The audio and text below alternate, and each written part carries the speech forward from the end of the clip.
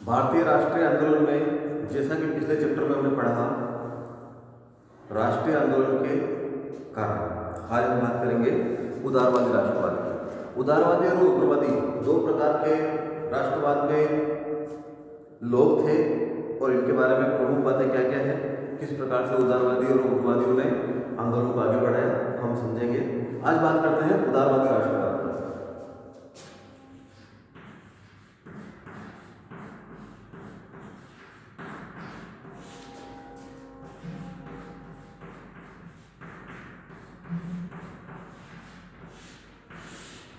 उदारवादी जैसा कि शब्द से स्पष्ट है, ये थोड़ा नरम रूप रखने वाले थे।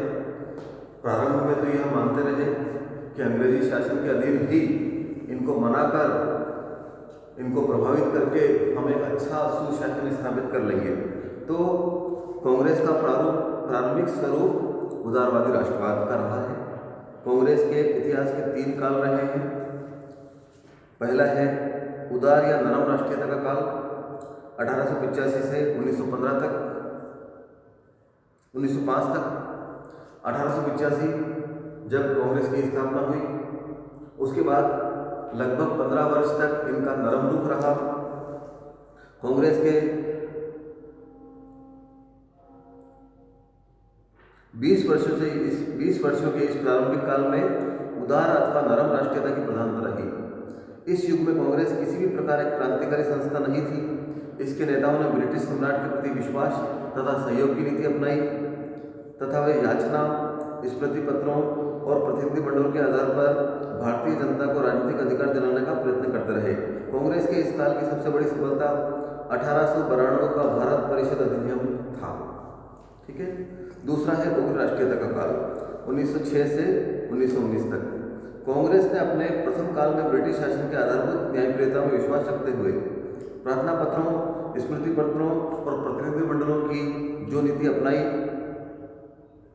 भारतीय जनता को उसके वांछित परिणाम प्राप्त नहीं हुए।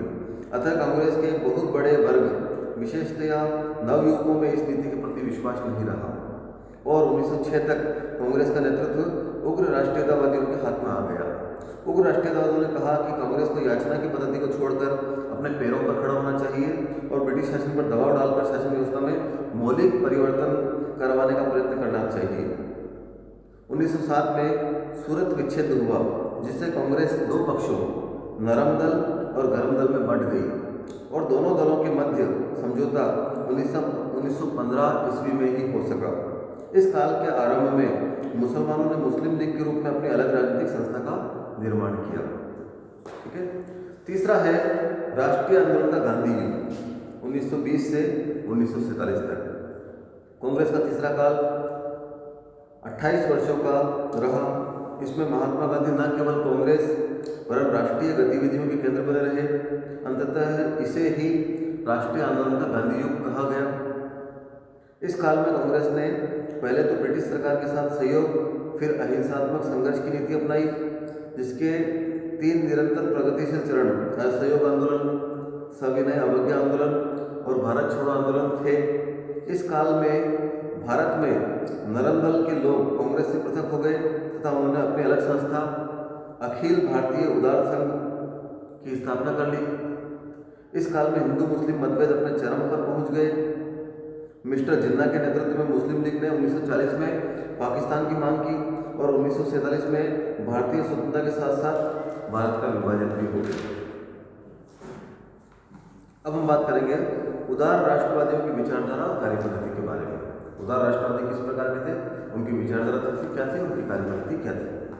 ब्रिटिश सरकार के प्रति राजभक्ति पहला बिंदु है। जैसा कि हम जानते हैं, कांग्रेस की स्थापना ही एक अंग्रेज विद्वान डॉक्टर ए.ओ. ह्यूम ने की थी और उस वक्त तक भारतीय विशेष रूप से उदारवादी ये मानते थे कि ब्रिटिश सरकार हमारे प्रति अच्छा रवैया अपनाएगी, जैसे ही हम थोड़े सभ्य और शिक्षित हो जाएंगे, जैसे कि ब्रिटिश सरकार कहती रहती थी, तब हमें अपने अधिकार और अपनी सुविधाएं मिलनी प्रारंभ हो जाएगी। वे ब्रिटिश नागरिकों की या ब्रिटिश सरकार के उदारवाद में विश्वास रखते थे। दूसरा है अंग्रेजों की न्यायप्रियता में विश्वास। इस वर्ग के लोगों का मानना था कि अंग्रेज न्यायप्रिय है और जैसे ही हम इस लायक होंगे कि हम अपनी स्वतंत्रता अपनी सहूलियतें हासिल कर सके हमें दे दी जाएगी। अंग्रेज न्यायप्रिय है और हमारी पूरी भावनाओं को समझते हैं। भारतीय जनमानस ऐसा उस वक्त तक समझता रहा। ब्रिटेन के साथ संबंध भारत के हित में समझना।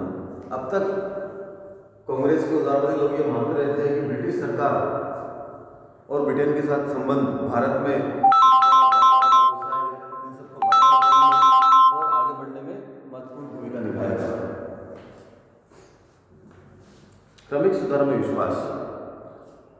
उदारवादी ये मानते थे कि सुधार एकदम से ना होकर धीरे धीरे क्रमिक रूप से होंगे तो ज़्यादा उत्तम होगा, और इसीलिए ही उन्होंने ब्रिटिश सहयोग की नीति को अपनाया। उदारवाद का लक्ष्य राजनीतिक स्वशासन की प्राप्ति। उदारवादी की चाहते थे कि हम केवल राजनीतिक रूप से स्वशासन प्राप्त कर लें, जनता अपने स्तर पे अपना शासन खुद स्थापित कर ले। ब्रिटेन तो भारत में रहेगा, ब्रिटिश शासन तो रहेगा, किंतु स्वशासन प्राप्ति चाहते थे। उदारवादियों की कार्यपद्धति संवैधानिक साधनों में विश्वास। उदारवादी संवैधानिक शासनों में विश्वास रखते थे, हिंसा और किसी भी प्रकार के विरोध को अनुचित मानते थे।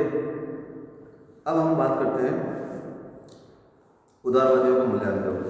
उदारवादी भ्रम में थे और अंग्रेजों की कूटनीति को समझने में विफल रहे। एक प्रकार से कहें तो कुछ अंग्रेज चालाक अफसरों ने ही उनको बहलाया फुसलाया और ये विश्वास दिलाया कि आगे जाके हम तुम्हें स्वतंत्रता भी देंगे, सहूलियत भी देंगे और तुम्हारे अधिकार भी तुमको देंगे। और हमारे मन में ये भावना घर कर दी कि किसी भी प्रकार से भारतीयों को शिक्षा और धर्म के क्षेत्र में सुधार करवाने होंगे, उसके बाद ही हम इस काबिल बन सकेंगे कि हमें अधिकार मिल सके, स्वशासन प्राप्त हो सके। तो ऐसी स्थिति में उदारवादी राजनीतिक भिक्षावृत्ति के मार्ग में थे, जैसा कि कुछ लोग मानते हैं, और याचना करने से मांगने से उनको न के बराबर कुछ सुविधाएं मिल सकी, अन्यथा अंग्रेजों ने उन्हें कुछ नहीं दिया। कुछ बिंदुओं में उदारवादियों के जो महत्व थे या कुछ सफलताएं उनको मिली, उनको बात कर लेते हैं हम। पहला है ब्रिटिश शासन के दोष स्पष्ट करना। कांग्रेस ने ब्रिटिश सरकार में क्या क्या कमियां हैं विनम्रता के साथ उनको बताना शुरू किया।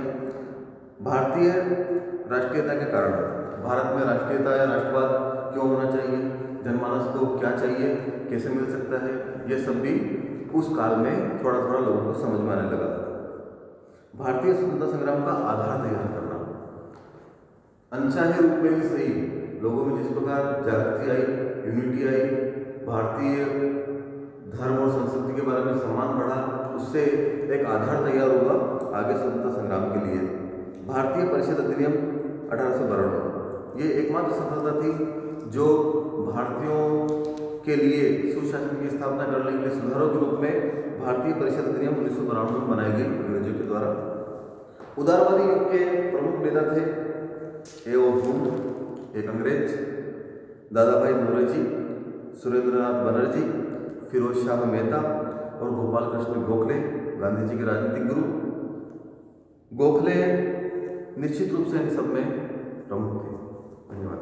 आगे हम बात करेंगे उग्रवादी राष्ट्रवादी।